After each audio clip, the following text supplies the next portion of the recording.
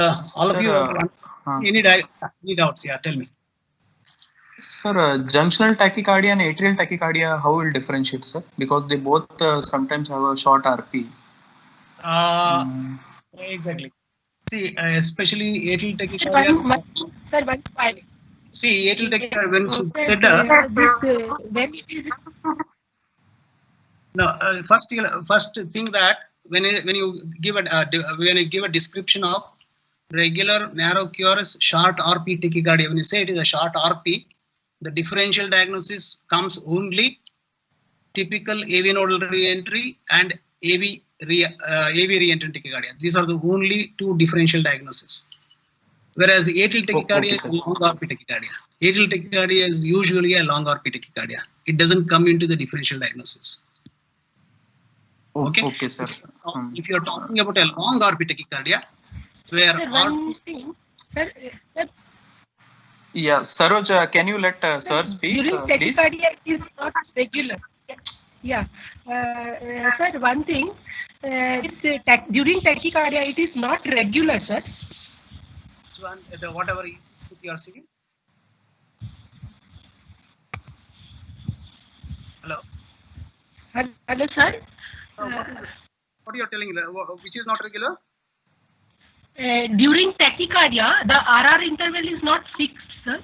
It is not regular. In this so some variation is there. See, during tachycardia, yeah, RR interval is. Yeah. Did you measure? Did you measure? Sir, yes. Sometimes it is coming 5, sometimes it is 8 even. Yeah. The smaller. Correct. As long as it is less than 10 millisecond variation, that is acceptable when you say regular. Okay. Okay, sir. And here this only the last beat looks a little bit early, but otherwise it looks a regular narrow QRS tachycardia. Okay. Okay, sir. Thank you. Yeah. And about sir, some differential diagnosis here. Atrial tachycardia is a long RP tachycardia. It is not a short RP tachycardia. Okay, sir. There is an exception. Sir, what about? There is an exception to this. When atrial tachycardia, when atrial P wave conducts with a long PR interval, AV delay is there, then probably P wave falls closer to the QRS, and then you may get a short RP tachycardia, which is actually atrial tachycardia, but that is an exception.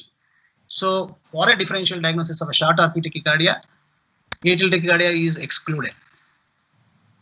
It is a long RP tachycardia. Okay, sir. Yes, sir. Yes, sir.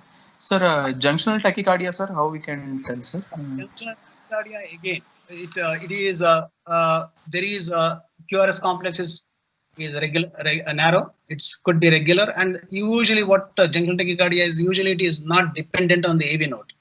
So usually you see dissociation, AV dissociation. There is no one-to-one association, even though sometimes yes, it can be one-to-one association can be there. Hello. Okay, sir. Okay, sir. But usually it is associated with AV dissociation, junctional tachycardia. Okay. So since it arises from junction, the atria and the ventricle, they are dissociated. That is a usual junction. Okay. Can you one explain why it is AV node dependent?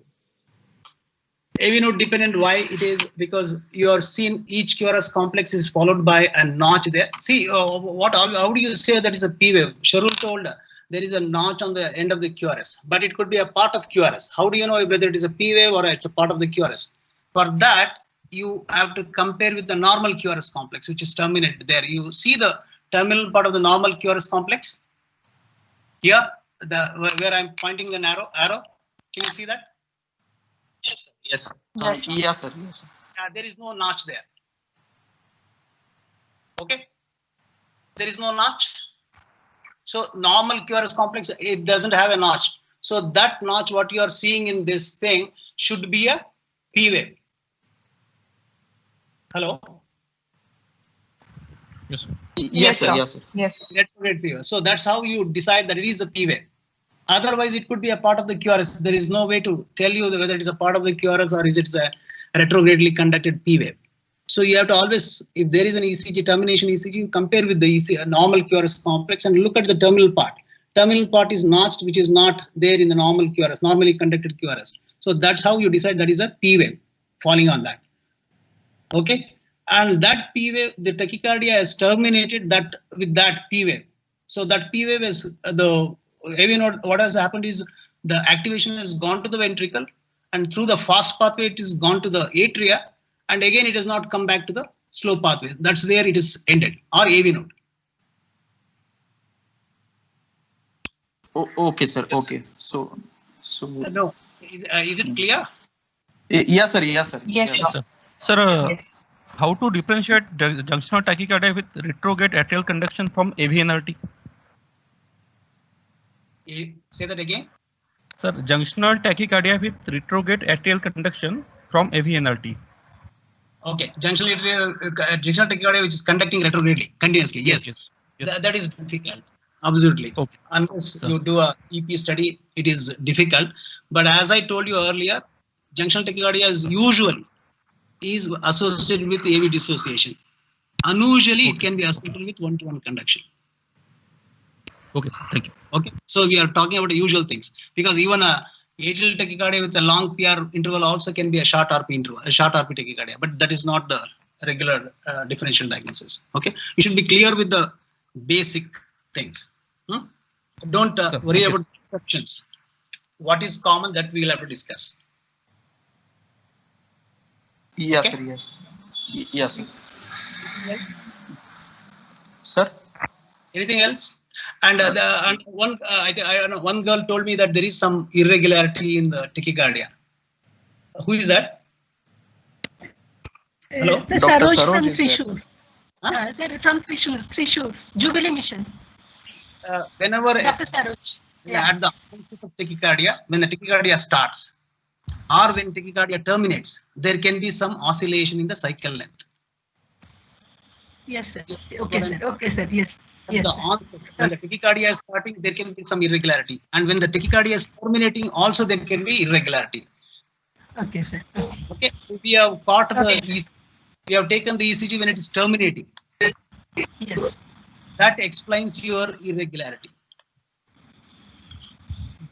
Okay. Thank you, sir. Okay. Can it end with a QRS complex also, sir? Without P wave? Say that again. Can the tachycardia terminate with only QRS complex, sir, without P wave? Yes, definitely yes. Without PO, it can. Suppose if it has, what happens is, it need not have to go back. Suppose it, then it, where it blocks, that is important. See, the tachycardia has got two circuits. One is a fast. Suppose you are talking about AV nodal reentry tachycardia. There are two limbs. You know that. One is slow pathway, other one is fast pathway. Isn't it? Yes, sir. Hello. Yes, Yeah. sir. So it if it blocks in the slow pathway, you get only the QRS. Hello? Okay, sir. Okay, sir. Yeah. Okay. Yes, sir. Yeah. Retrogradely also it can block. Huh? Yes, sir. Suppose the QRS, the impulse comes through the slow pathway to the QRS, to the ventricle, and it doesn't go back to the AV node because it's blocked in the AV node. The next P wave doesn't happen, then it is, you see only the QRS complex. You'll not see any P wave because the atria is not depolarized. Whether the AV node can be blocked either antegradely or retrogradely. If Okay, it sir. blocks, you understood? Yes, sir. Yeah. Yes, sir. Okay. Yes, sir. Yes, sir. It can be blocked in either direction. It is not necessary that it has to block only in the antegrade direction. Here it is blocked in the antegrade direction because it has gone to the fast pathway. It is blocked in the slow pathway here. Isn't it? It is not come back to the slow path. It is not. It is blocked in the slow pathway. That's why there is no next QRS complex. Suppose if it has blocked in the fast pathway itself, you would have seen only QRS complex without any P wave because the atria is not depolarized. Okay. Yes, sir. I think you are not understood. Probably Understood, I should. sir. No, sir. We Understood. understood. Yeah. Yeah, Okay. understood. Clear, sir. Yes. Yeah. Yes. Anything else you want to know? Any more questions in this ECG? No, sir. Okay. No, Shall we sir. move on? Huh? Yes. We'll move on to the Yes, sir. We can move on, sir. Yes. Sir, sir, Yeah. then there is no use of whether it is ending with QRS or whether it is ending with P-wave, sir. Say that again. Is there any use? Sir, by knowing that is the tachycardia ending by QRS or the ending by P-wave, is there any difference? Yeah, absolutely. It can block with P-wave or it can block without with QRS. See, yeah, some atrial tachycardias usually block in the ventricle. Atrial tachycardias usually block in the ventricle. In atrial tachycardia, what you see is PP, and then QRS complex, and then there is no P wave. It can block in the ventricle.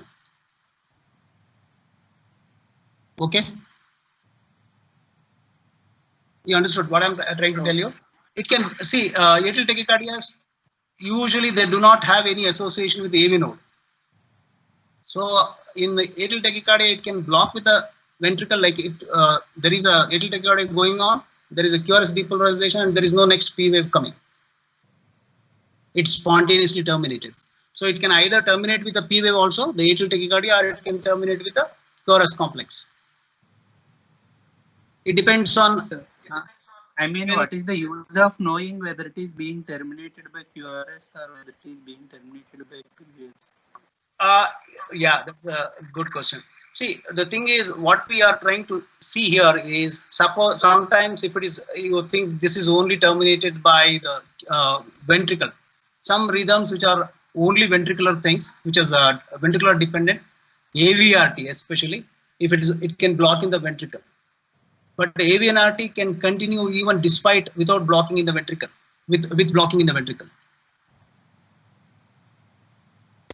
Whereas the ventricle is a part of the circuit in AVNRT, whereas ventricle is not a part, not part of the circuit is in AVNRT, and it is a part of circuit is in AVRT. So the termination can happen in the ventricle. If it ends by a ventricle, probably AVRT is more likely, because blocking the ventricle terminates the tachycardia. Whereas in AVNRT, blocking the ventricle may not terminate tachycardia. Tachycardia still can continue because it is not dependent on the ventricular depolarization. Okay? Okay, sir. Shall we move on to the next one? Okay, sir. Yes, sir. Yes. So this is a ECG of this is the patient I saw 3 days back in a OPD, came with a history of left-sided chest pain. So we took an ECG, and this is a 12-lead ECG. Can any of you interpret the ECG? When you are interpreting ECG, you should be methodic. So rate, rhythm, P wave, PR interval, QRS, ST segment, all those things you have to take note of it so that you won't miss anything. So one of you interpret the ECG. Hello. Yes, sir. Yes, Dr. Deepti, you want to try? This is a ECG is a little bit hazy, blurred, but try to. Yes, sir. Yes, sir. Yes. Whatever. Dr. Deepti. Yes. Yes, sir. Doctor. Yeah, Deepti, tell me, what is your interpretation of this ECG? He's a 35-year-old smoker, came with a history of chest pain, and we ordered an ECG, and this is the ECG which we took. So what is your interpretation of the ECG? It's a 12-lead ECG with normal standardization. P wave acts with heart rate of around 72, sir. Okay. P wave. There are Standardization is not normal. Let us complete. Standardization is 20 millimeter. Yeah. Double standard. Okay, good. See, that's Double what you have to, yeah, double standard. So that is what you have to first see that. So if you see the T wave with the precardial leads, where they are very tall T waves, and with a history of chest pain, probably you will subject this guy to unnecessary investigations. So always the rule is you'll have to always, before reading a ECG, look at the speed, look at the standardization, and then comment on the complex other things. Okay, that's what I wanted to tell you in this ECG. Yeah, this again, this again one like is a 65-year-old guy, diabetic, hypertensive, came with a history of chest pain, and we took this ECG and interpretation.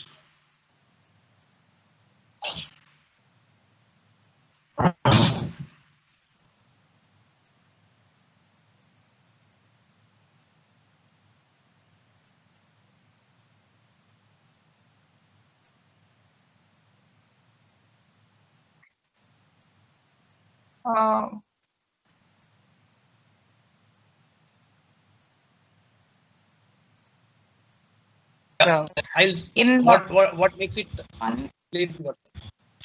Arm leads are reversed, sir. I say it's a dextrocardia. But in the chest leads, normal. I say it's a dextrocardia. Patient has a Sorry, recorder leads RWave progression is normal. Rules out dextrocardia. So yeah, one thing is all the P wave, QRS, T wave was inverted in one and is on. Then first thing you do is you look at AVR and look at V1. AVR again shows a positive P wave, positive QRS, positive. It is possible in dextrocardia if there is a precardial transition. Here there is no precardial transition, normal transition of the R waves. So it is a lead reversal. Okay. Anything else? So when you sir, yeah, is it left arm and right arm lead? Because P wave it's a limb arm lead reversal. Yeah, left arm to the right to the left. Sir, how to tell, sir, regarding the limb lead reversal, sir, whether it's left, right, whether it's arm reversal or lower limb reversal? AVR, it is positive. Yeah, similarity waves in lead 1 and AVL says the lead 1 positive pole is to the right side, not to the left side. If it is left side, the depolarization should be P wave is positive, isn't it? The positive one is on the left side. Is it right? Yes, sir. Yeah, so any depolarization moving towards one should be positive. So if that positive electrode is moved to the right side, okay, then it will be all the depolarization will be going away from the lead 1 and the AVL also. AVL also the positive polarity is on the AV and the left side. So this is a limb reversal. Okay, sir. Okay, sir. Yes.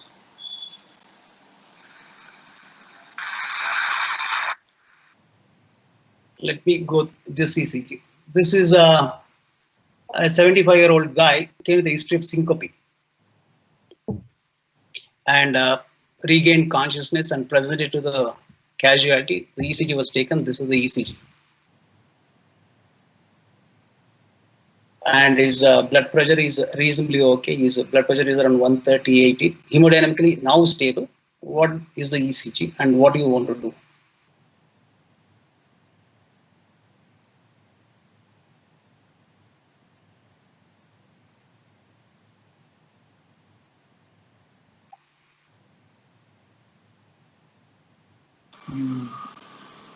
Dr. Saroj, you want to take this ECG? Yeah, you can take by turns. I think only one. Yes. Yes. Reading out the ECG is not. Yeah. Dr. Saroj. Hello. Yeah. Anybody else? Anyone other than her? Sir, this is Dr. Rajesh, sir. Sir, there is a sinus pulse, is there? Yeah. Sir, this is 12 lead ECG. Yeah. Yeah. Yeah, tell me. Hello.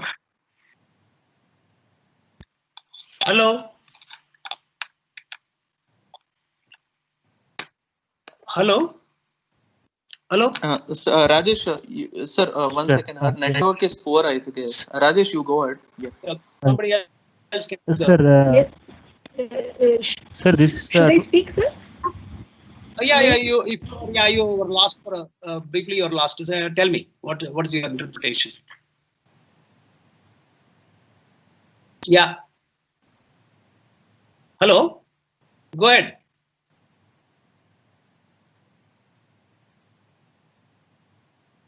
No, I think we are losing her. I think Rajesh, you tell me. sir, this is 12 lead, 4-channel 12 lead ECG, sir, with lead to as rhythm shift showing significant sinus path, sir, of about 5 seconds.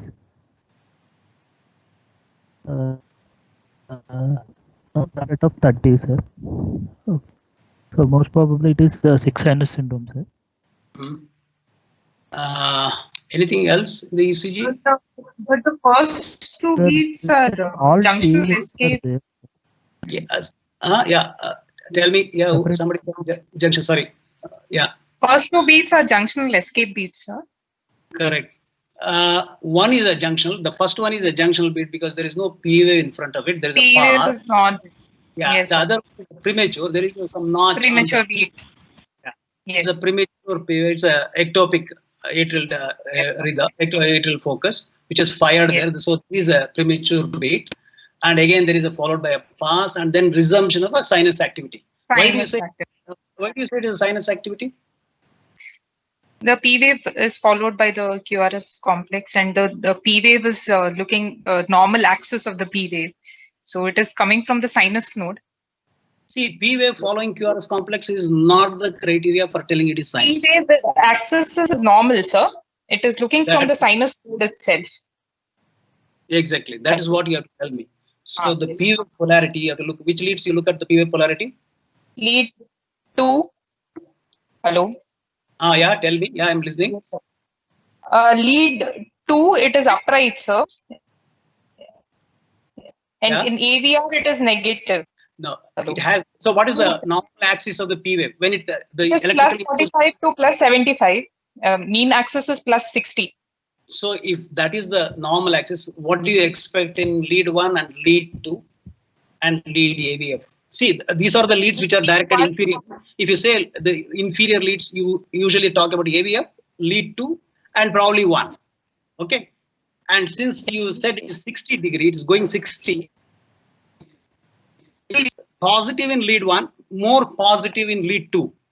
Okay. Yes, sir. So positivity in lead 1, lead 2, lead 3. This is a minimum criteria, and positivity in lead 2 is more because it is going towards lead 2.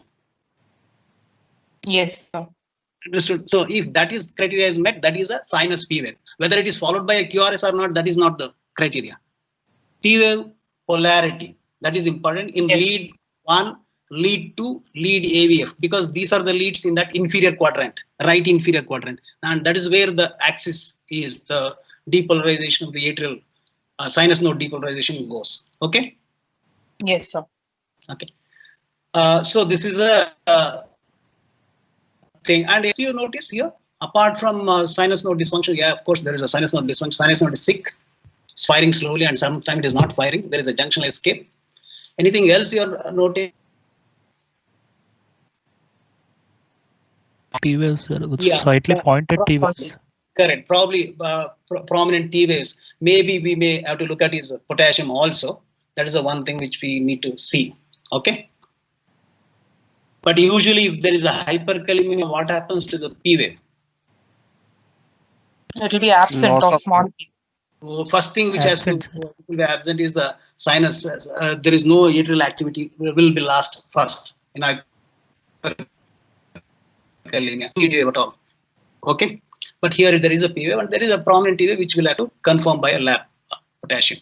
And other thing, if you look at the standardization, I will always tell you guys to look at the standardization. You look at the standardization. How is it standardization? Is it normal or? I thought it is abnormal. Is it normal? It's normal. 25 millimeter per second and 10 millimeter per millivolt. It's normal. No. Normal. Good. Okay. This is again a young guy, young boy. Or what do you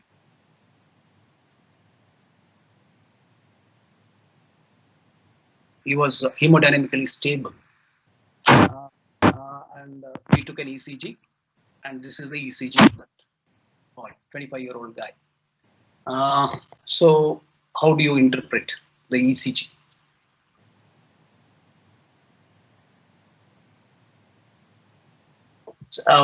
Yeah, we'll give some time.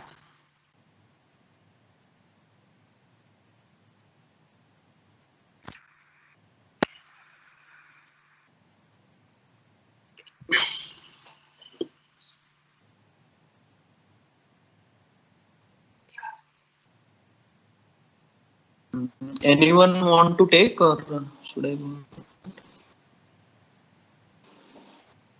Sir, yeah, tell me. Yeah. Anyone want to go ahead? Yes, Go, yes, sir. Nikhil. Sir, yes, sir. Sir, sir, this is a 12. Just 12 liter. identify yourself because we want to know like somebody different Yes. people are interacting. It is not the Yes. same guy who is interacting every time or girl. Yes, Okay. sir. I'm Nitesh. I'm Nitesh, sir. Yeah. Sir, this is channel ECG, sir. Yeah. Showing wide complex regular tachycardia, sir. RBB morphology, Very good. and with a heart rate of around 150 beat per minute. So you should be Nitish, when you say decide heart rate at last, it is not like that. You should rate rhythm. Yes, sir. Okay, You sir, should say wide QRS, regular wide QRS tachycardia rate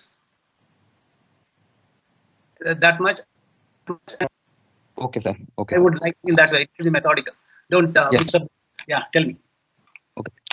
So, sir, the rate is around 150 beats per minute, sir. It's a regular rhythm, and the axis is, sir, it's a left axis. Yes, sir. It's a left axis deviation, sir. How much left? Extreme left? Northwest. West. Not. It is an extreme left. Sir, You want it's to say, around, yes, sir, around it is 90 if you- minus. yeah, lead AVR and lead AVL both are positive. Yes, sir. Yes, sir. And it's slightly probably more positive in lead AVL than lead AVR. Yes, More positivity. So probably extreme left axis. extreme left axis deviation. Yes, sir. And Okay. with sir, I think P wave in the second beat of the V2, sir. AV dissociation, feature of AV dissociation is there, sir. Otherwise, P waves are not seen, sir. Very good. Very good. Yeah, good. And in V1 also, sir, at the same point, I can see a P wave. So features of AV dissociation are there, sir. There. So, Yeah. yes, If you can see sir. my arrow, if see the arrow pointing here, the terminal initial part of the QRS, you see that that's more prominent there. You can see Yes. that Yes. where my arrow is pointing. That is a one Yes. area, and you see there is another Yes, P sir. wave. Yes, So sir. there are P waves hidden there, and this again this QRS is white initial QRS. Yes, sir. Yes, You sir. can see that. Yes, sir. So there is a clear-cut AV dissociation. Yes. So Yes, it is a regular wide QRS tachycardia, right Yes, bundle branch morphology, extreme left axis with AV dissociation. So what is your diagnosis? It's a ventricular tachycardia, sir. Very And, good. and most likely, sir, it's a posterior fascicular VT, sir. Left posterior fascicular VT, sir. VT. Why do you say that? Sir, because it's a RBB morphology, and there's a QR pattern in AVL and RS in 2-3 AVF. So it's most likely left posterior fascicular VT, sir. Why do you say it is fascicle? That's my question. Is it's a VT? So it's relatively narrow, not like more than 160 or so. Oh, so why do you say relatively narrow? What does it mean when you say relatively narrow? What does it mean? So one thing is correct, as you said, it is correct. It is not a very wide QRS. Yes, With a right bundle branch, when you have a right bundle branch morphology, when you say wide, it should be more than 140. That is wider. If it is a left bundle branch block, it should be more than 160. Then it is called a wide QRS. Okay. Otherwise, there is a relatively narrow QRS. Okay. Other thing you look at is the RS time. Nadir from peak of R wave to the nadir of S wave. What is the duration? If it is a yeah, Correct, exactly. Less than 100 millisecond, it is relatively. Sometimes it is mistaken for a supraventricular tachycardia. If you rarely see it, it just looks like in between. It is not too wide, it is not too narrow also. So sometimes it is most commonly mistaken as a narrow QRS tachycardia. So why it happens is whenever the tachycardia engages the His-Purkinje system for conduction into the ventricle, the conduction is brisk, so the QRS duration is narrow. Suppose if the VT focus activates the ventricle via myocardium, myocardial conduction is slow, so your QRS is wide. So based on that, all these criteria are made. RS ratio is wide, RS is more than 100 because it is myocardial conduction, it is conduction. Okay, whereas if it is engages the His-Purkinje system, because posterior vesicle is a part of the left bundle, so it engages the part of the His-Purkinje system. That's why it is relatively narrow. Even though complete activation is not going through the His-Purkinje system, a part of it is activated through the left posterior vesicle. That's why the QRS is narrow. Okay, so this is the left posterior vesicular VT. Any questions? Anybody? What do you do when you see this patient? So he has come to the casualty. You made a diagnosis. VT. Here RS R dash pattern R dash is greater than R, no, sir. V1. So what do you mean to say? What is your inference for that? Sir, VT or S? VT R will be more than R dash. Yes, correct. So you say it is not a VT, it's a SVT with aberrancy. That's what you want to say. So the next question is correct. You raised a good question. Question. So why not it is a SVT with aberrance? Why not a SVT with aberrance? AV dissociation will not be AV dissociation. In the beginning, it's regular. It's regular. It is clearly you told there is AV dissociation. When there is AV dissociation, the SVT is ruled out. It's ruled out. It is not a. It doesn't come in differential diagnosis at all. It is a VT. Okay. So SVT with aberrancy is ruled out because there is a clear-cut AV dissociation. Otherwise, definitely, if you are not able to look into the AV dissociation, one of the differential diagnoses would have been SVT with aberrancy. And what are the other features you look for to tell it is SVT with aberrancy or it is a VT? Any other points apart from AV dissociation? You look in Fusion beats, capture beats. So fusion and capture beats for VT. Yeah, right. So if there is a evidence of capture beat, if there is an evidence of fusion beat, that shows that the focus is in the ventricle. Sometimes intermittently it is captured by the atrial impulse. Okay. So that says the dominant focus, the whatever tachycardia is going on is a ventricular tachycardia. So what do you do with this patient? How do you treat this patient? He has come to your clinic and you see this. What's your thing? What do you do? Hello? Radio frequency ablations. Oh, you straight away do you have to take care of initial calcium channel No, blockers. sir. Verapamil. Verapamil. Yeah, since it is a VT, see, VT, first thing is you diagnose a VT, then you amiodarone. That is what usual thing is. When you say it is a VT, it's amiodarone. But since you say it's a left posterior vesicular VT, it is a verapamil sensitive VT. So you can, usually it is not terminal. Sometimes SVT, they consider it as an SVT with aberrancy and give adenosine. Usually it is not adenosine sensitive, but it responds to verapamil and sometimes to the beta blockers. Okay. So we'll have to give either a verapamil or a diltiazem or a beta blocker in the thing to terminate the tachycardia. Okay.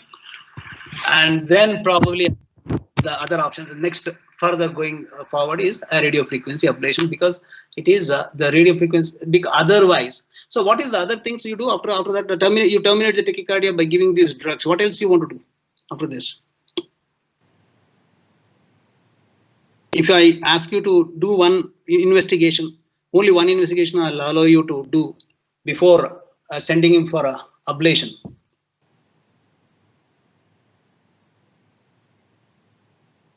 Anything else?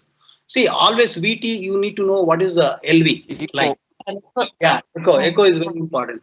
Echo is important. But sometimes what happens, this can be an incessant tachycardia. This fascicular VT can be an incessant VT. Suppose you see a patient with an incessant VT, there can be something called tachycardiomyopathy. They can have a LV dysfunction.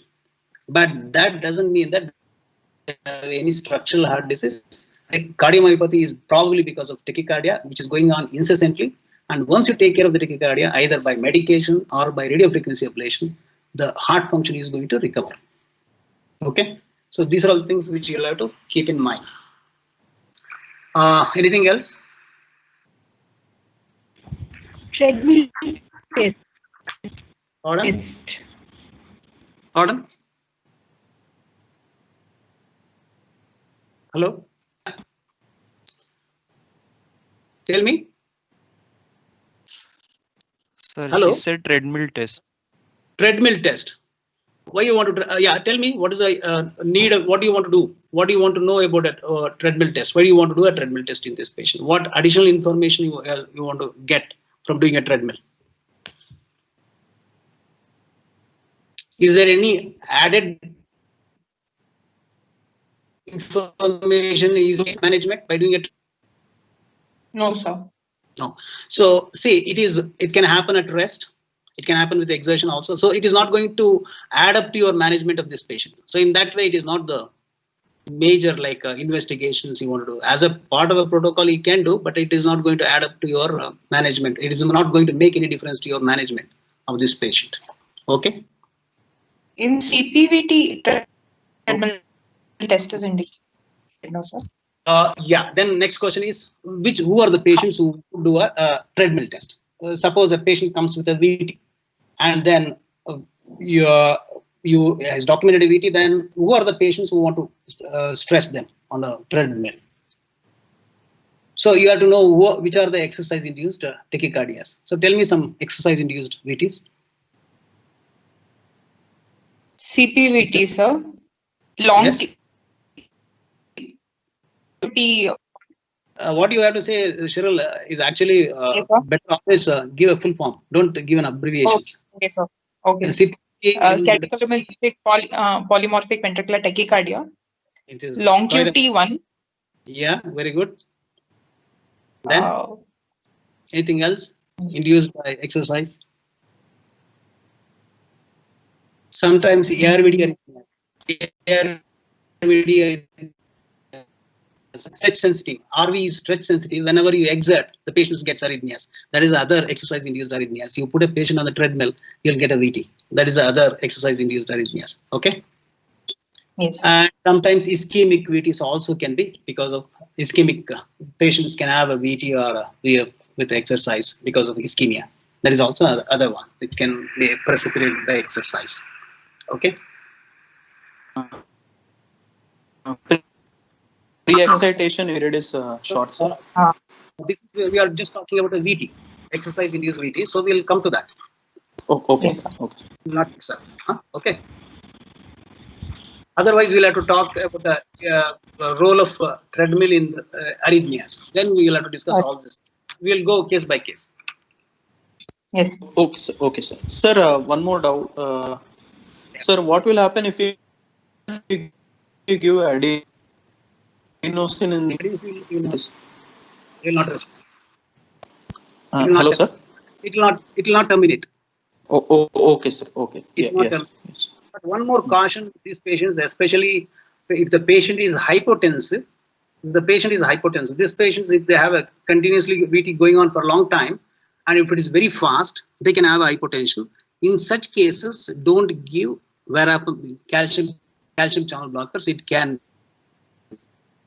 give it and it can lead to VF and all those things. Then you may have to be ready to resuscitate the patient. So if the patient is hemodynamically stable, in such cases, you can use verapamil, diltiazem, or beta blocker. If patient is hemodynamically unstable, don't use calcium channel blocker. Okay. No problem. Okay, sir. So one more carotid massage rule. Does it work here? Carotid massage. It is very sensitive is different. Verapamil acts by it's a calcium channel blocker. Your carotid massage what is a carotid massage?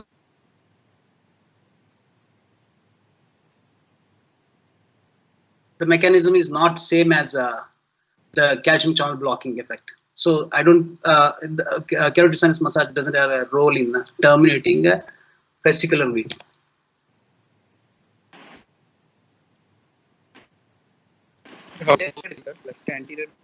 Yeah, that's another question. So who told you it is a left posterior vesicular VT? Who's the guy? Tell me. What is his name? Yes, Nitish. sir. Nitish, Why yes, sir. it is a left Yes. posterior vesicular? That's a good question. I am jumping. I'm assuming that you guys know everything. So how do you say it's a left posterior vesicular VT? Why do you say it is left posterior vesicular? Sir, because in the limb itself, the morphology of the is like morphology. There is QR in AVL No. and R pattern Hold is on. First is why it is left ventricle origin. That's what you have to tell me. First, you tell me either it is arising from VT can arise from right, it can arise from left. Okay. Yes, sir. First, when you are localizing a VT, you have to start which side, right side, left side. That is the first. And once you decide it is one, like right or left, then you have to decide whether it is arising from the septum or arising from. Next question is whether it is arising from the apex or it is arising from the base. This is the protocol you have to follow. So first is which side? left side, sir. Free wall, septal or free wall, apical or basal. So these are the things which you'll have to discuss when you localize the VT. So you say it is left side. Just tell me which side. It is left side. Why do you say it is left side?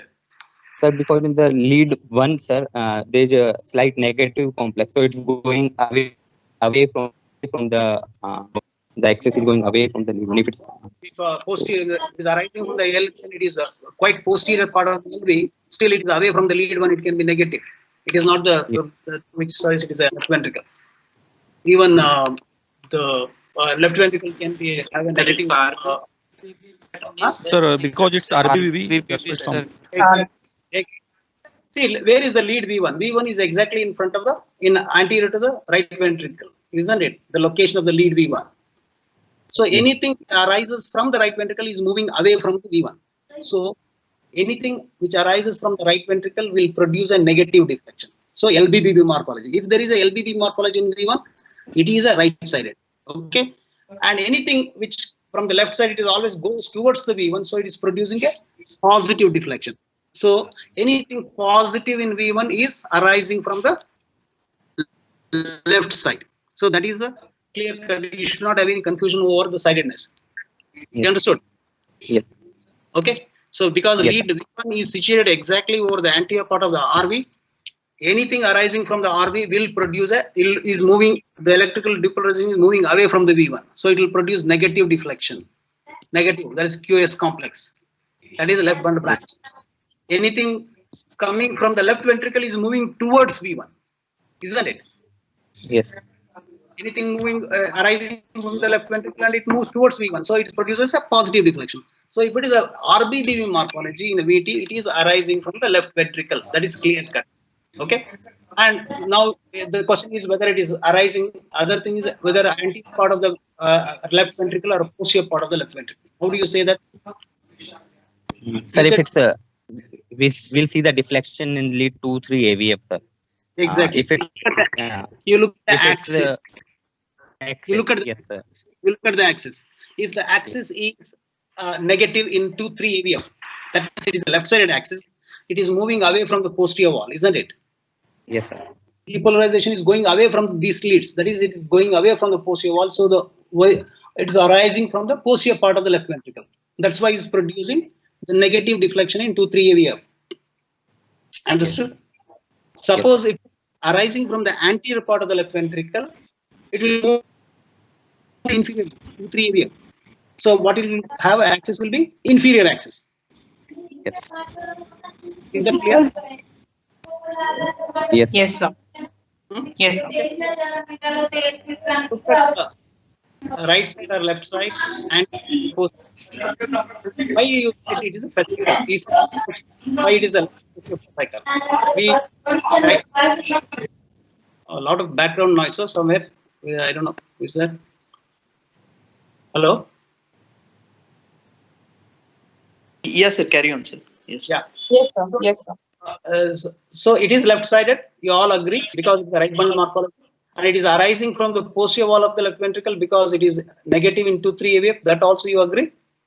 Okay. And why fascicle? Because it is a relatively narrow QRS. That is the one thing. And usually the typical morphology, these are all sparters. Right bundle, left axis. Usually, if it is narrow, it is a fascicular tachycardia. Usually posterior fascicle. If it is a right bundle and inferior axis, it is a anterior fascicle. It is arising from the anterior fascicle. Is that clear? Yes, sir. Yes, sir. Other is, sir, apical and basal, what you told, sir. Negative concordance in. Since we are talking fascicular VT, what if you when you talk about myocardial VTs, then we can decide about whether it is apical basal. This is here it's only fascicular VT, so we want to know what is the whether it is left side, right side, anterior, posterior. So it is a left-sided. Okay. We will come to that. Yes, sir. Yes. Yes. Yes. Okay. Sir, anterior fascicle how will be, sir? RVPTV? Yeah, since it is arising from the left side, you will have a positive deflection in V1. And since it is arising from the anterior part of the left ventricle, it will be going to the depolarizing forces will be going towards the inferior leads. That is 2-3 AVF. So they will be positive. So you will have a RBBB with an inferior axis or a right axis. Then you diagnose a left anterior fascicular bleed. Okay, sir. Okay. Yes. Is that clear? Yes, sir. Yes, sir. Only your voice is heard occasion, and sometimes Cheryl is speaking. Otherwise, others are there any other guys? No, sir. Sir, others, a lot of people are there, sir. Yes, sir. Okay. Right. This is a Yes, patient with a chest pain to the emergency. Somebody interpret the ECG.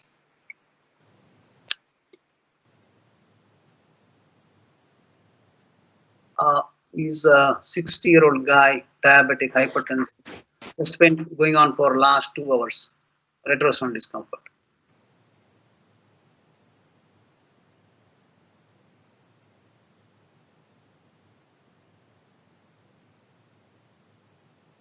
Any takers?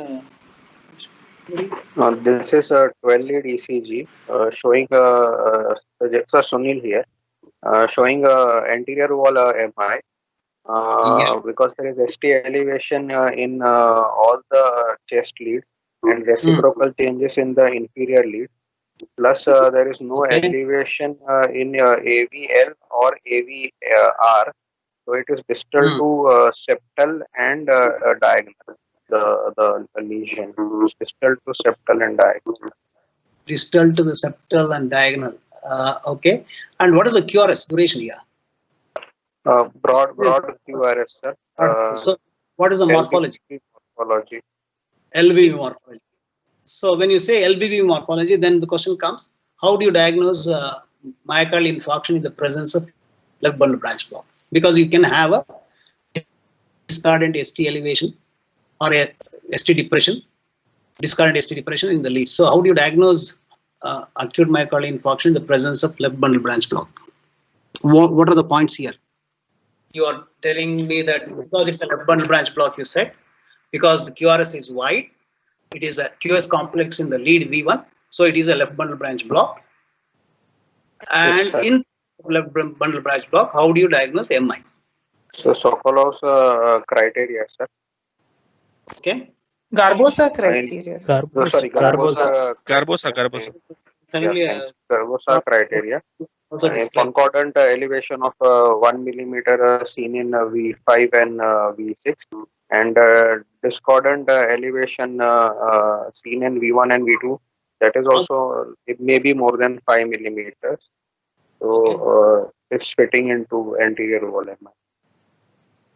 Okay. Anything else? Anything else apart from that to tell it is a ischemia? Some concordant ST depression is also another thing. Depression. 2-3 Also, minutes. say it is not an probably ischemia, suggestive of ischemia. In the lead 3, you can see lead AVF also there is a concordant ST depression. You can see that, which is not expected. You expect a ST elevation, discordant ST elevation. If there is a concordant ST depression, that also is a suggestive of ischemia going on. Okay. Yes. Okay.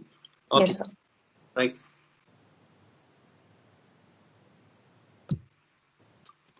Yeah. One of you, somebody else, you take this.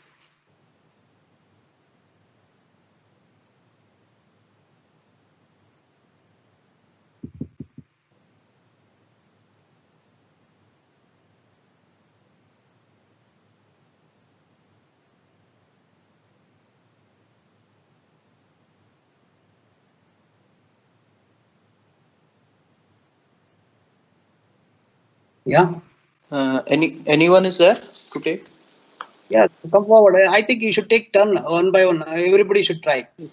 Yes, sir. Yes, sir. Yeah, so I expect different people to attempt this. Yes, sir. Anyone is there to attend? Sir, yeah. I think no one is there, sir. I'll only take, sir. I Sir, will this answer. is a. Yeah. Okay. Okay. No, Sir, this someone's is there. narrow complex tachycardia What with is that? QRS alternance from bit to bit, and Okay. there is P wave in the initial part of ST segment. So I will go with AVNRT. See what you'll have to tell in the exam. There is no way you can tell AVNRT, AVRT by looking at the ECG. Sir. Definitively, you are not giving any differential. See, it is a regular narrow QRS tachycardia, narrow complex, narrow QRS tachycardia. Okay, that is the one thing which is there. You have to tell me the rate, and it is a short RP or long RP. And then you have to tell me a differential diagnosis. Don't tell me one diagnosis. It is AVNRT means then there is no need to do any EP study at all. But rate is, yeah, tell me. so rate is around 150, and RP interval is less than 70 millisecond. Yeah, it's very difficult here to tell that because you don't have that. Yes, actually the boxes are not put out, so that's why. Yeah, not put out. Correct, exactly. So it's a you can see P wave is coming out of the QRS. You can see that. So when there is a QRS coming out of the P wave.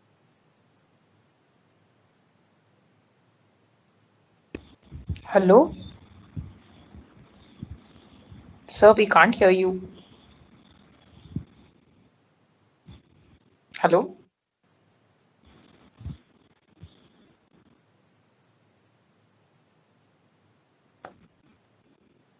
Hello. Hello, sir. Hello. I think sir got disconnected. Should I? Hello.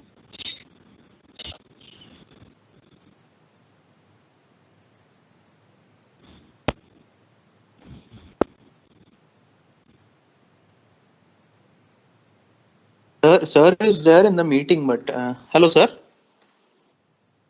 His audio or something has got disturbed. Hello.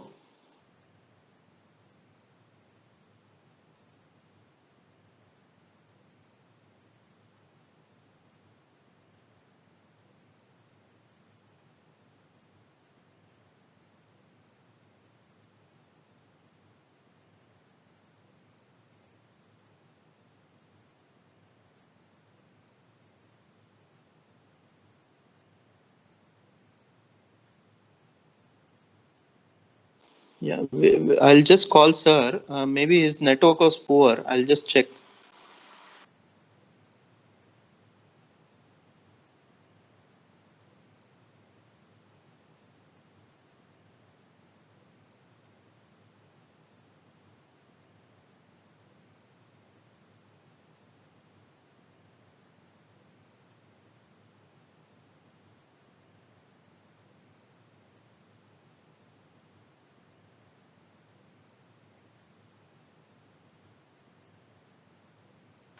Sir has got disconnected. He will just connect again.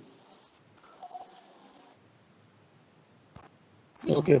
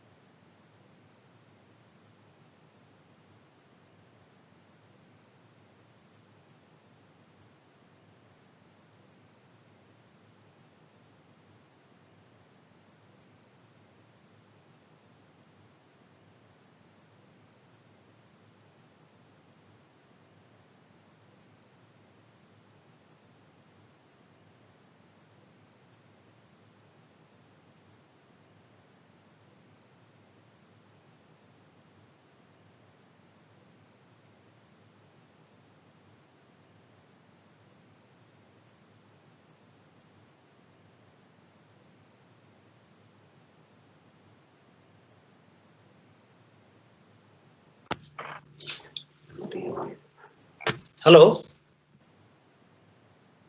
Hello, sir. Yes, sir. Am I audible? Yes, sir. You are audible, sir.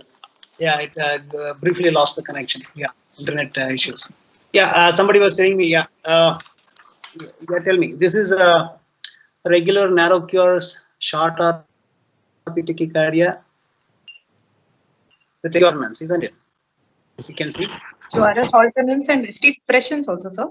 ST depression, exactly. ST depression also is ST segment also alternance some is there. And yeah, what is that like? What does it suggest? Alternance. Usually in orthotomic AVRT, there will be ST depression and QRS alternance usually, sir.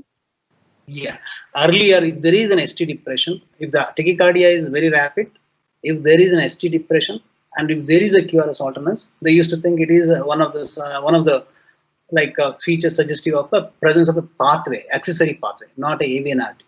Okay, but nowadays it is not. It doesn't hold true anymore. It can happen in any fast tachycardias, even in AVNRT or AVRT. This QRS alternance ST depression can happen. So it is non-specific. But earlier it used to be thought that if a patient has restricted heart rate and QRS alternance, it suggests a presence of an accessory pathway, which is not true. Okay. Okay, sir. And when you give a differential diagnosis, always you have to give a differential diagnosis with for a regular narrow QRS, short RP tachycardia. So that where again you have to take AVNRT, AVRT. If you ask which one is the possibility, then you'll have to differentiate. But you can't say one diagnosis AVNRT and stop at that. So you always give a differential diagnosis. If it is a long RP tachycardia, you have to give me a differential diagnosis. You can't say one atrial tachycardia. So, right? Sir, what is the physiological basis of QRS alternance in supraventricular tachycardia, AVNRT or AVRT, sir? Tell me. You tell me. Sir, I don't know. Yeah, anybody else? What is the mechanism behind this QRS alternance? And which are all the conditions where you get this QRS alternance apart from SVT? Can somebody? Cardiac tamponade fusion. Cardiac tamponade. Yeah. Anything else? Pardon? Severe LV dysfunction also. Severe LV dysfunction, exactly. Cardiomyopathy with severe LV dysfunction, severe myocarditis, you can get an alternance. So the mechanism is like all myocardial fibers may not be recruited with each beat. So that is where one beat is stronger, the other beat may be weaker. So depending on how much myocardial fibers are recruited, this QRS alternance happens. That is the one of the mechanisms which has been like given. And even in the tamponade also swinging heart. So that is also one of the explanations why you get a QRS alternance. Okay.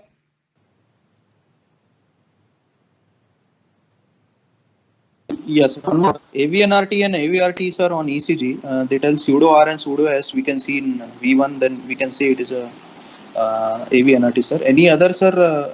Can we say, sir? Any other characters?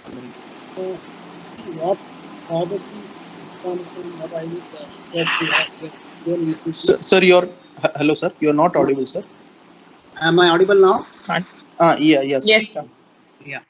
So see, yeah, pseudo S wave, pseudo R wave, pseudo S wave in lead 1, pseudo R wave in lead P1.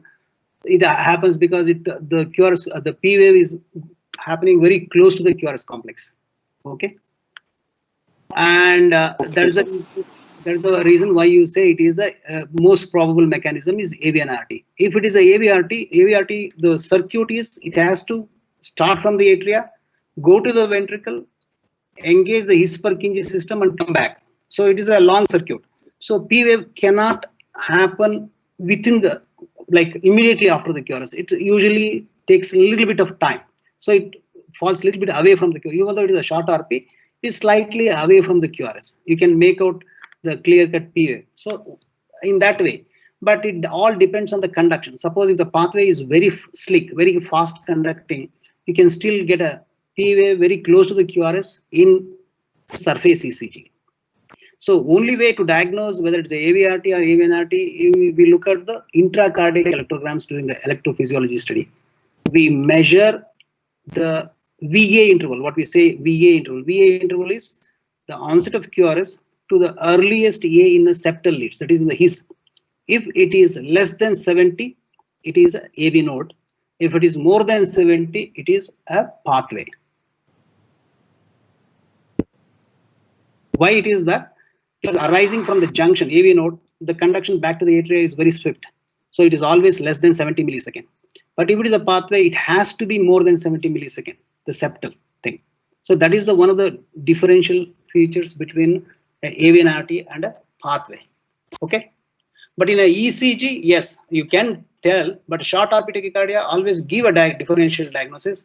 And you tell my first diagnosis is AVNRT because there is a pseudo S wave, there is a pseudo R wave in lead V1, and P wave is occurring immediately after the QRS complex. That's most probable diagnosis is AVNRT. Okay. Oh, okay, sir. Okay, sir. Yes. Anything else? Anything else? Anybody doubt? No, sir. No, sir. Go to the next one.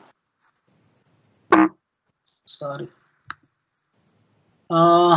Yeah, this is one more ECG. Yeah, tell me what is this?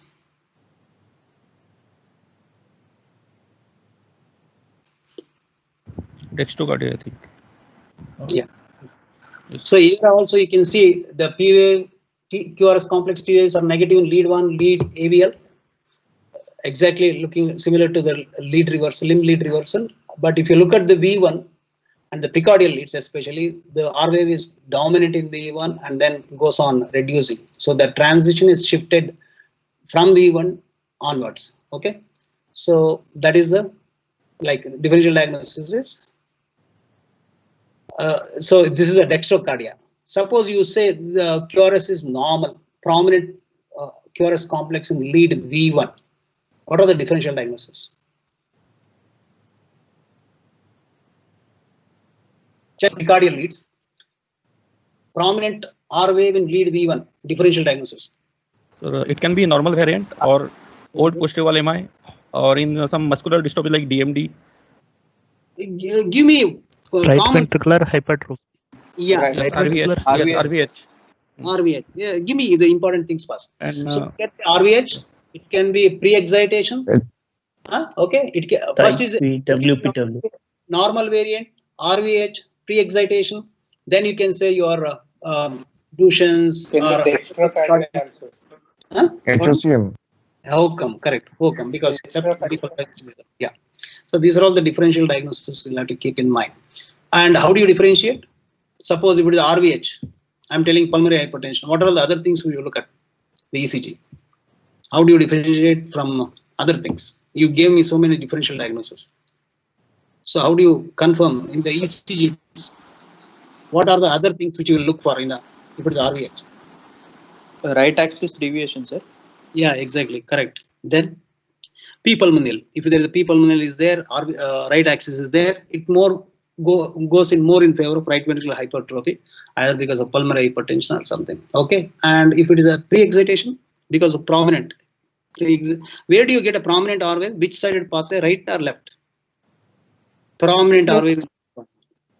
So left sided. Exactly. There should be doubt. Anything prominent in lead 1, prominent R wave is always left sided if it is a pre-excitation. Okay. So if the pre-excitation is positive, is dominant in V1, it is a left sided pathway. So how do you differentiate that? Short PR interval. Delta wave. Yes, short PR and delta wave will be there. So that's how you differentiate these things from other things. And anything else? And dextrocardia, as you told me about the dextrocardia transition, all those things. This is one of the differential diagnoses. Sir, HCM, sir, I didn't get, sir. HCM, because of septal hypertrophy, there is a predominant eccentric hypertrophy involving the septum, and septal depolarization is always from the left to right. So the initial R wave will be taller in the HCM.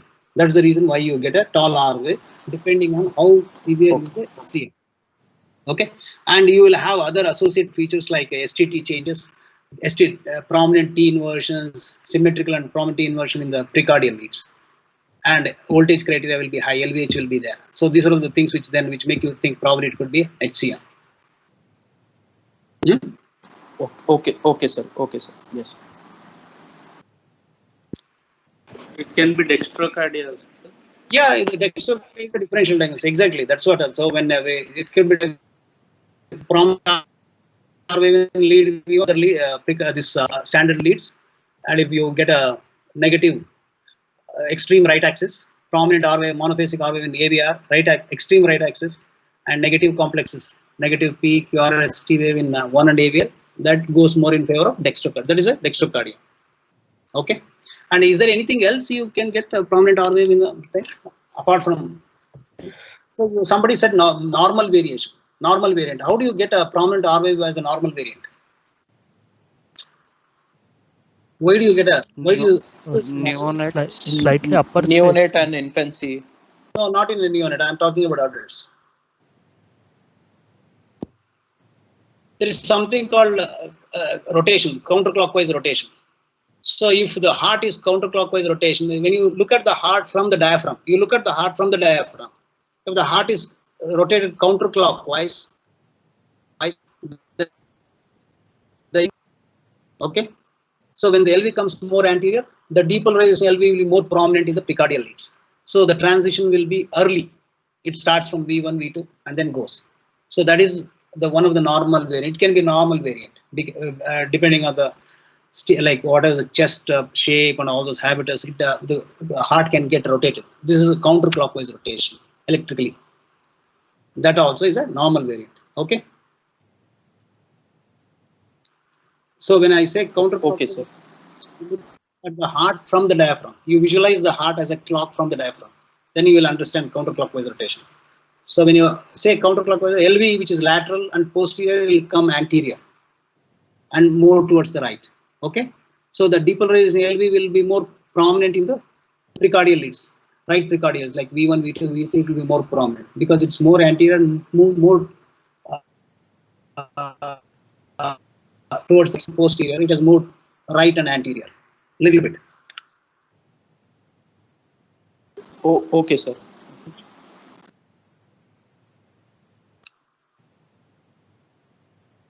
Yeah, somebody tell me, identify yourself and tell me.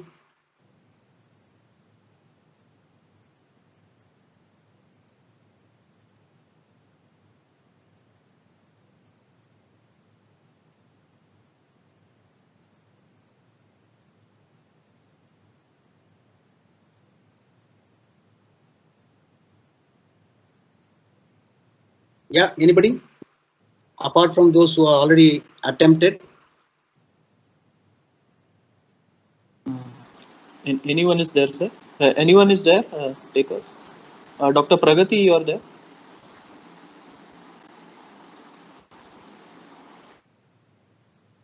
Do we know how many people are? Sir, around 83 are there, sir.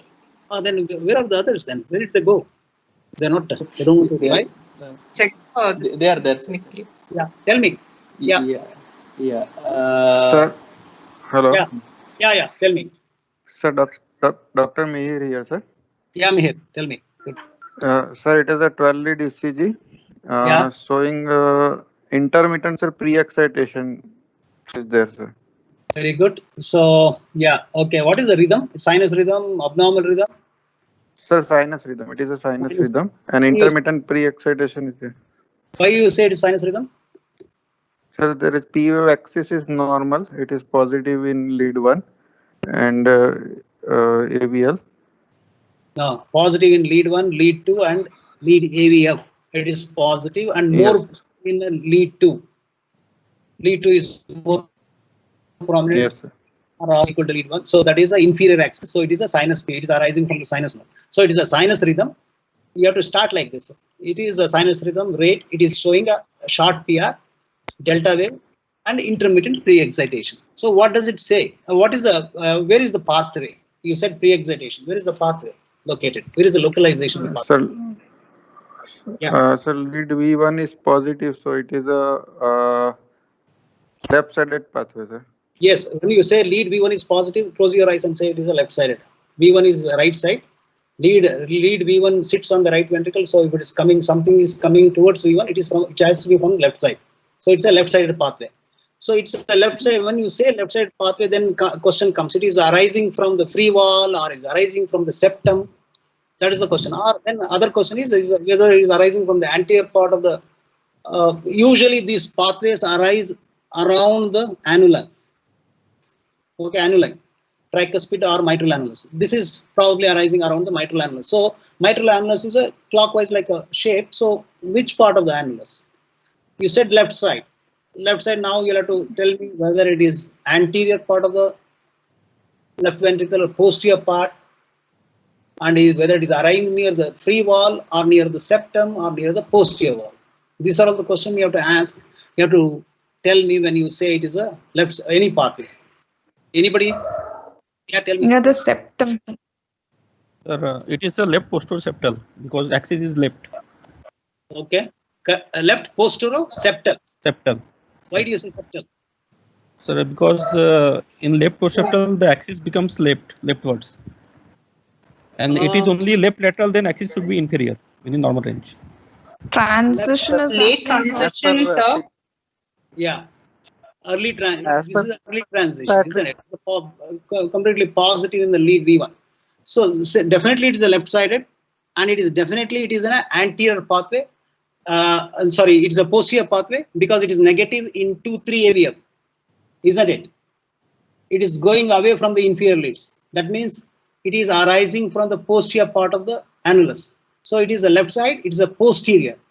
Whether it is septal, whether it is a free wall, then you have to look at the lead 1 and AVL. Lead 1 and AVL is positive or negative? Positives. Positive. That means it is going towards lead AVL. That means it cannot be from the free wall.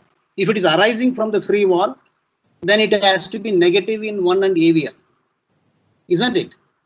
Because 1 and AVL are the free wall leads. If anything is there, anything arises from the free wall, it should move away from the 1 and AVL, producing negative delta in 1 and AVL. It is positive. So it has to be either posterior or septal. Then only it can go towards 1 and AVL. So it is a left-sided posterior pathway, probably could be a septal pathway. Because the early transition in V1, V2, there is a prominent R wave in V2. And other thing what we are noticing here is it's a intermittent pre-excitation. What does it tell you? What is there any importance to this intermittent pre-excitation? See, there is refractory period. Huh? Long refractory period of the accessory pathway. Accessory pathway is, that means it is slower, isn't it? So what does it tell you? So what clinical information? Slow. Yeah. Yeah, that is what I want to word. It is most probably benign. Why you say it is benign? You can always tell the patient, don't worry. It will cause probably palpitations, but it will not cause you cardiac arrest. Why? Because the refractory pathway, the refractory period is longer, it blocks early, it cannot conduct faster antegradely. Very important. Not from below upwards, above downwards. Isn't it?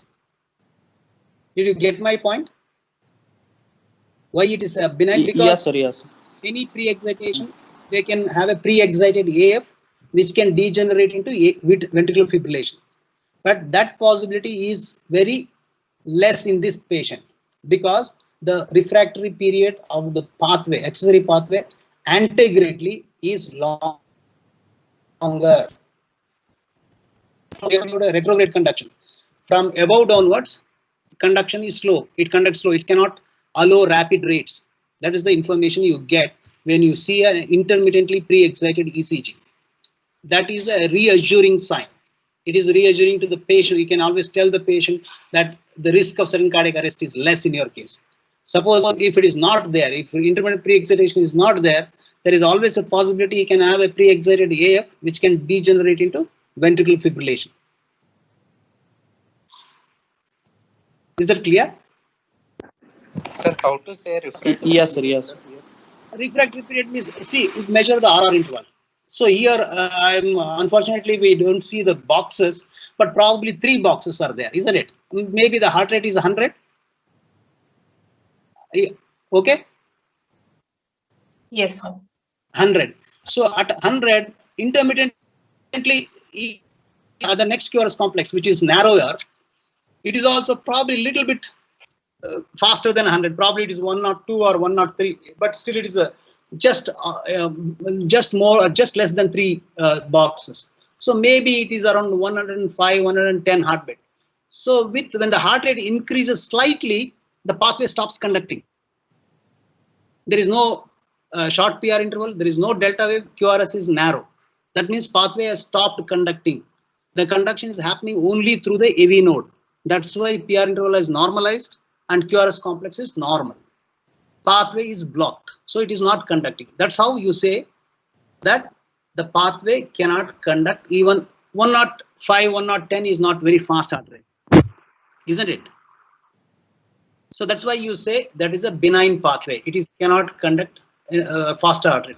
If you have to go for a ventricular fibrillation, it has to conduct at a rate of anywhere around 250 and above, 300 something. AF is anything above 300 heart rate, so it will conduct 1:1. And once it starts conducting 1:1 at 300, the patient can go into a ventricular fibrillation. So that possibility is not there in this case. So can we calculate Sperry on ECG, sir? Say that again. Can we calculate Sperry on ECG only, sir? Calculate what? Sperry.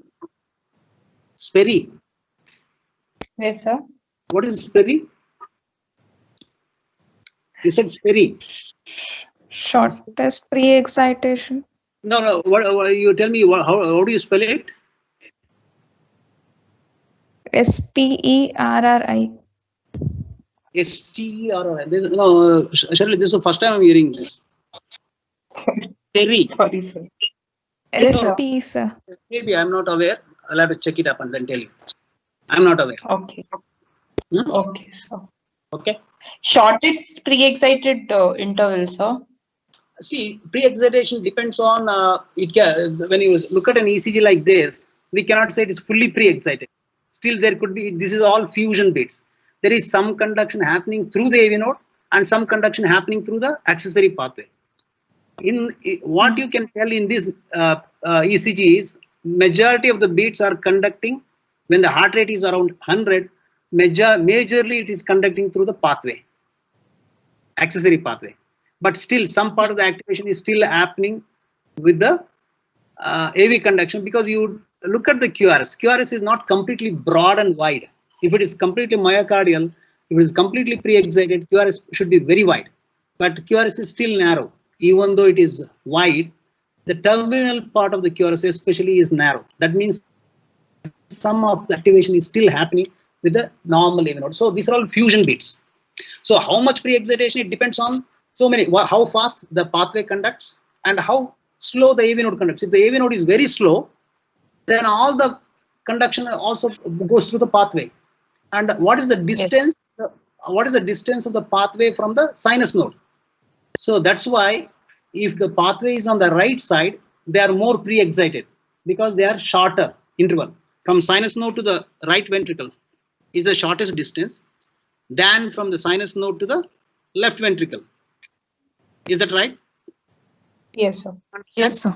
So that's why most of the time left-sided pathway are concealed pathway.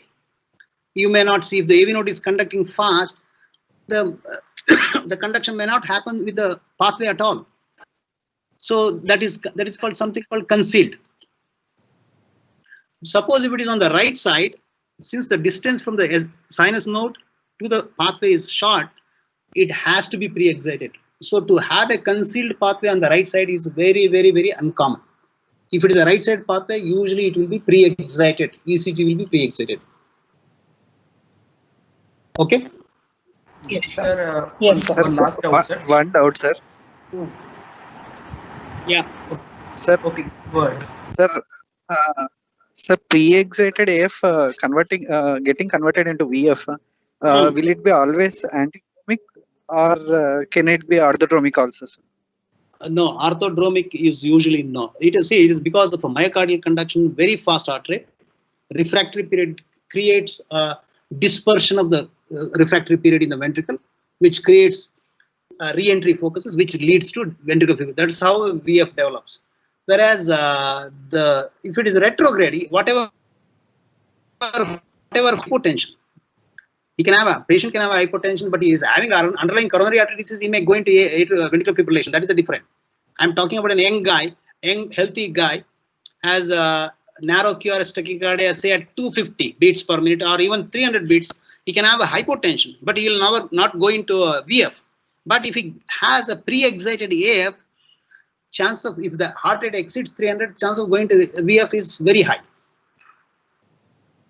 Okay, sir. Huh? Through antegrade conduction, right, sir? It has to be antegrade conduction. Yes, myocardial conduction.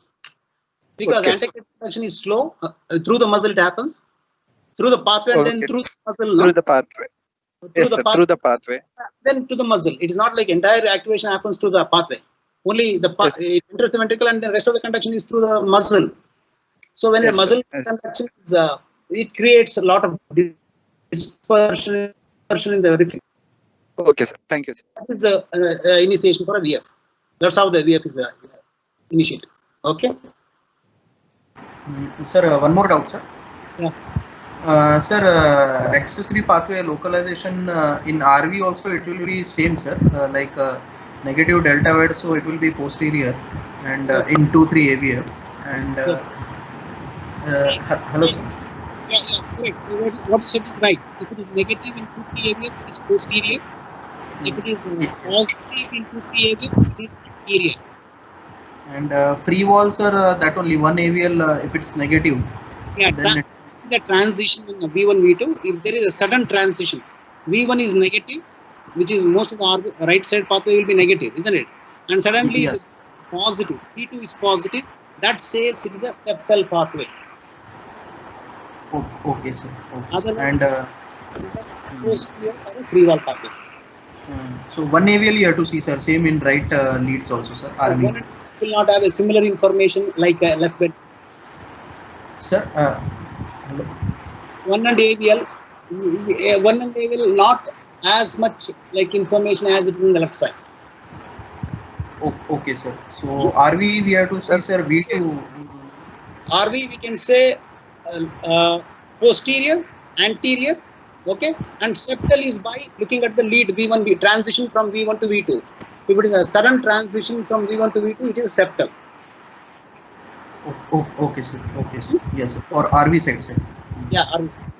And RV free wall, sir, it will be one AVL, sir. It's one and AVL may have a QS complex. It is not like a completely negative. Some initial RV initial and then later S wave will be there. Okay. Question, sir, for the same question.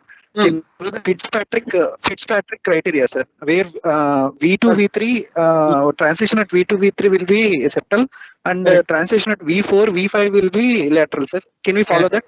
Correct. Exactly. You can follow that, definitely. Yeah. See, there are so many criteria, exactly. But the only thing is, even if you ask me what are Fitzpatrick criteria, there are so many other criteria.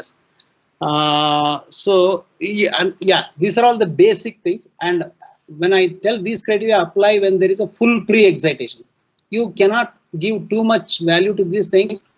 You can make a rough idea whether it is left and right. One thing definitely yes.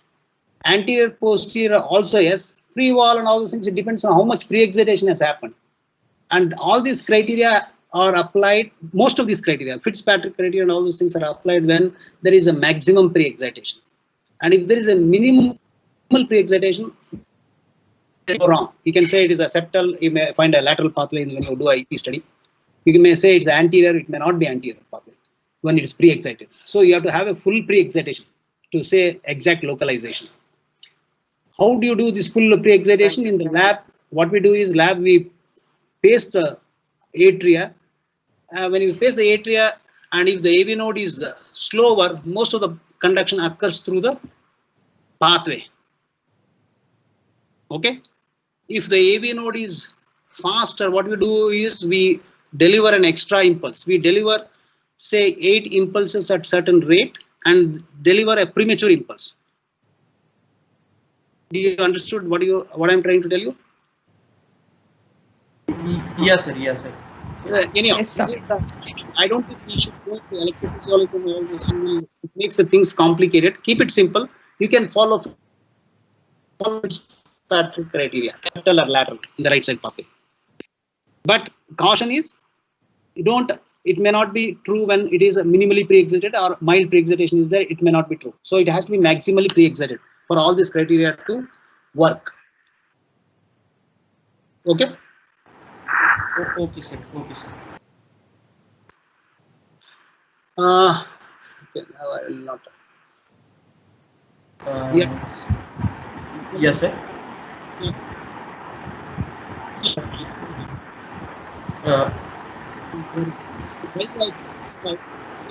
Somebody. So we can't hear you, sir. Right. Okay. Now. Yes, sir. Yes. Yeah. Tell me. What is the diagnosis written there? You tell me what you read this. Somebody. Yes. Yes, sir. This. Anyone is there to read, or should I go? Hello.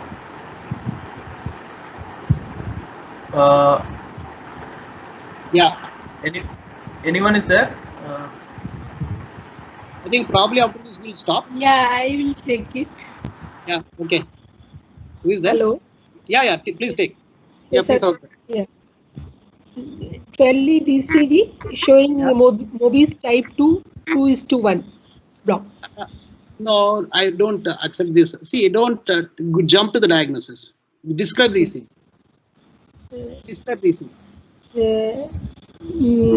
Normal standardization. The P wave is the first P wave is followed by QRS. Then the second P wave is not followed, and the PR interval is fixed. Correct. So first you tell is you said 12 lead ECG, whether it is sinus rhythm or not. That is the first thing you'll have to comment. That is important. You have to tell me whether it is sinus or ectopic. So what is the P wave morphology? Sinus, ectopic? Sinus. Yes, that's what you have to tell me. Sinus rhythm. So sinus rhythm, and every 2 sinus P waves, only one is conducted. They have and what is the relation of P to R? Is it constant? Is it varying? Constant. Constant.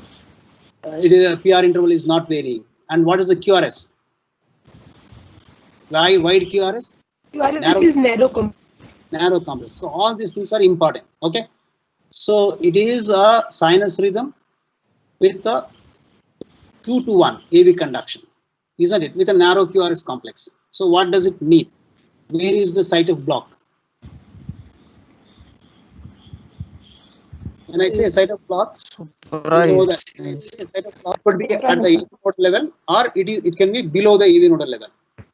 So it is a very important situation of the block, isn't it? Why do we have to know where it is located? Is it only academic interest, or is it of any clinical importance? Is there? Yes, it is important because here only 2:1 block there, so it can be it may not be Mobius type 2. It may be like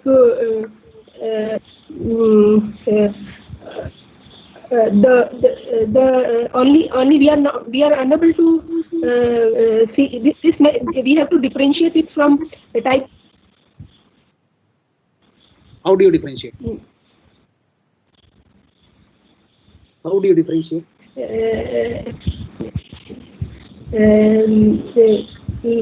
The PR interval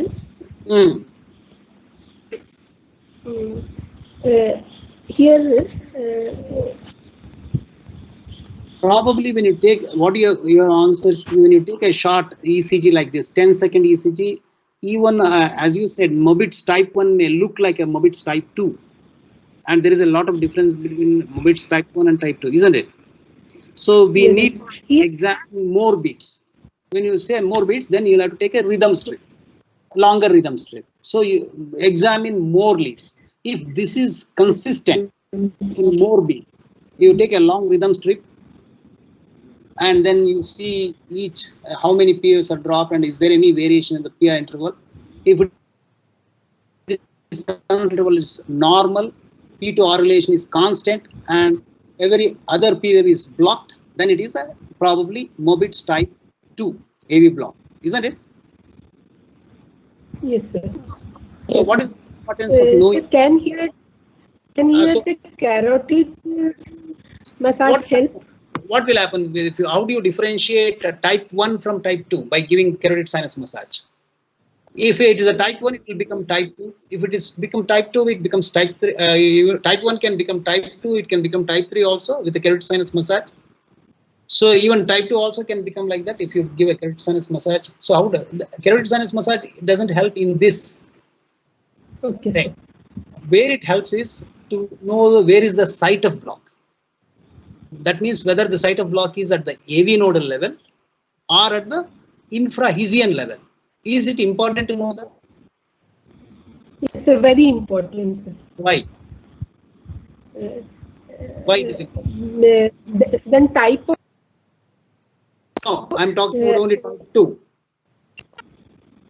If it is type 2, it is serious and we have to give ppm. Whereas in Mobitz type 1, we may go for the conservative treatment. No, I'm talking about a second degree AV block, Mobitz type 2 AV block. Here what you are seeing, whatever in the ECG you are seeing is alternate P waves are blocked, and the P waves which are conducted, they have a constant PR interval, and the QRS is narrow. So what does it say here clearly is the block is at the which level? Supraischial. It's a AV nodal level. So that's why QRS is narrow. Yes. Okay. Hence QRS is narrow. So only condition here, what is the thing which you want to know is whether it is truly type 2 or it is a type 1. For that we need to examine more beats. Either you do a Holter or you take a long lead ECG, rhythm is long like a rhythm strip, long rhythm strip, and examine. And if it is consistent, probably yes, it is type 2 only. And type 2 is not benign, even if it is at AV node level. Yes. What will you do if this patient is comes to you? You send him home? No, I have to make diagnosis whether it is a type 1 or type 2. Pardon? Voice is a little bit, yeah, it's a disturbed voice. Yeah, anybody else? So can we submit for TMT? Yeah, very good. We have to diagnose whether it is one or type 2. And consider for TMT and look whether the heart rate increases adequately. If this second degree AV block, whether it disappears. If it is so, then we need not have to do anything further. If it is not, then we have to consider for EP study and further evaluations. Why EP study? What else you want to know? You know, you have done an EP study. You have done a treadmill. If it disappears, if the 2:1 AV block disappears, and if all the P waves are conducted to QRS, then it is probably benign nature. We need not have to treat it separately, as the ventricular rate is. We have to look for the ventricular rate. If there is adequate chronotropic response, then we need not have to do anything further, sir. Anybody else? Do you agree with him? See, what does the exercise test say to you? Like suppose you said while doing exercise, then all POs start getting conducted. What does it say? The atrioventricular conduction is adequate. What it only says is it is probably vagal mediated. This 2-to-1 block Mediated. is vagal mediated. Okay. So Vagal when mediated. when a patient is exercising, there is an adrenergic drive, AV conduction improves, and that's why there is 1-to-1 conduction. Correct? Yes, sir. And if the same patient worsens, this 2-to-1 becomes high grade AV block, or it If it becomes high, yeah, then it indicates that the bundle branches are stressed with the it's not getting conducted. Even at the AV node level also, even if the QRS is narrow, but it is progresses further, that means there is a definite organic block at the AV node level. Patient, it is not vagal dependent.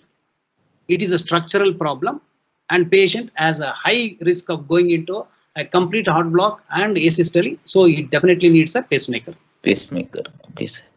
That is the what your the treadmill will tell you. Okay. Yes, sir. Yes, sir. Again, you have to do EP study and all. So treadmill, what you are doing in the treadmill is you are increasing the adrenergic drive. If it is a vagally mediated AV slowing, that will improve. Yes, sir. Okay. Yes, sir. So having said that, if it is a confirmed Mobitz type 2 AV block, there are high chances that it will progress to complete heart block, and patient needs a pacemaker, even if the QRS is narrow. Unless you prove that it is not a type 2, it is a type 1. Like you do a holter and intermittently you get a Venki backing, then probably it is not a true type 2. Probably it is a type 1. We are atypical type 2 or something. Atypical type 1. So in that case, he may not require a pacemaker. Sir, yes, sir. Yes, sir. Some doubts, sir. Hello. Hello. Sir, you are not audible, sir. Hello. Yeah. Hello. Sir, considering this patient, if he is first of all, if he is symptomatic, so still should we do a treadmill test, or we can advise for no, treadmill? If you patient is completely asymptomatic, you are doubtful that this guy may be having a type of block mediated, and you are not convinced. First thing the first appropriate thing will be to examine a long strip and probably a holter. If the holter reveals intermittent episodes of Venki backing, then probably this 2-to-1 AV block may not be ominous. It may not be dangerous. Suppose if it is consistently 2-to-1 or high grade AV block, then yes, this patient definitely needs a pacemaker. And if it is symptomatic, all the more reason that we will be careful before telling that he doesn't require a pacemaker. Okay, sir. Okay, sir. One more doubt, sir. This carotid sinus massage you told, site of block, in this patient, you told, sir, to miss whether this is a supraasian or infraasian, we can tell by the QRS only. This looks like a supraasian. Suppose, yeah, exactly. That's what I'm. So if we do a carotid massage in this patient, and the QRS widens, then will it help, sir? I'm not getting that point, sir. Oh, see, when the QRS is narrow, that means until prove otherwise, the activation of the ventricle is through the normal His-Purkinje system. So the block should be above the His-Purkinje system. That means you are telling it is at the AV nodal level. At the AV nodal level, it is a vagal tone. So when you do a carotid sinus massage, it becomes a hypervagal, isn't it? Yes, sir. Yes, sir. So hypervagal means what? It will slow the sinus and it will slow the AV conduction also simultaneously. And block will become worse. Okay, sir. Okay, sir. Yes. Okay. Suppose if the QRS is wider. Hello? Hello? Yes, sir. Yes, sir. Yes, sir. Tell me, sir. QRS is wider and you want to know whether it is still AV node level. Then you do a carotid sinus massage. Okay, sir. If the conduction improves, what it says? Then it's a supra-Asian. It is the opposite. Oh, okay, sir. What, when you do a carotid sinus massage, it increases the vagal tone, isn't it? You are stimulating the baroreceptors, parasympathetic activation, so increases the vagal tone. Vagal tone predominantly acts at the AV nodal level, so it slows the AV node, but improves it has an opposite effect on the His-Purkinje system because it gives more time for a diseased His-Purkinje system to recover. So the conduction becomes easier in the His-Purkinje system. So 2 to 1 becomes 1 to 1. It says it is okay, sir. And if you do a carotid sinus massage, it becomes worsen. It is at the AV node level itself. The block is at the AV node level. Oh, okay, sir. You're clear about it? So there are 2 ways of bedside. You give atropine and do a carotid sinus massage. Atropine again has a vagolytic effect. It improves the AV conduction. Oh, okay, sir. Okay. And one. Yes, sir. Improves to one-to-one conduction. It is a nodal level. So atropine improves the AV block but worsens the His-Purkinje block. So better not to give an infra-Asian AV block, sir, or high-grade AV block where the P waves. No, what I'm trying to tell you is the differentiation is at bedside. You can do a bedside differentiation, whether it is an infra-Asian at the AV node level. There are 2 ways of differentiating. One is by giving atropine, and other one is by doing a carotid sinus massage. Atropine improves the AV conduction, but worsens the His-Purkinje conduction. Carotid sinus massage worsens the AV conduction, but improves the His-Purkinje system conduction. Oh, is it okay, clear? sir. Yes, sir. They have an opposite effect on the AV node and His-Purkinje system. And this is how you differentiate whether the level of block is at the infra-Asian level or at the AV node level.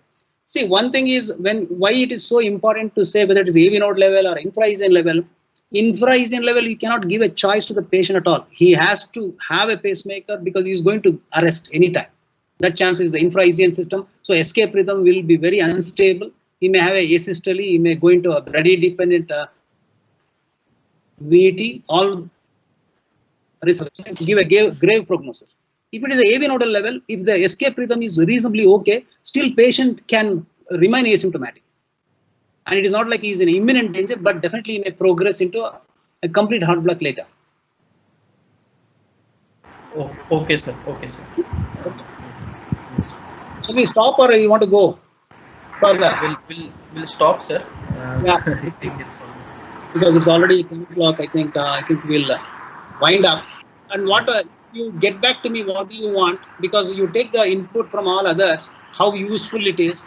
If you find it useful, come back to me. We can have either a pacemaker or ECG class further based on that. Okay, sir. Okay, sir. I'll get back to you, sir. Thank you, sir. Thank you, sir. Thank you, sir. Thank you, sir. Thank you very much, Thank you, sir. Thank you. Thank you. Thank you, sir. Thank you, sir. Thanks, everybody. Thank you. Thanks, sir.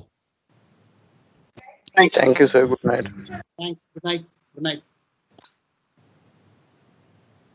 Thank you, sir. Thank you. Thank you. Thank you.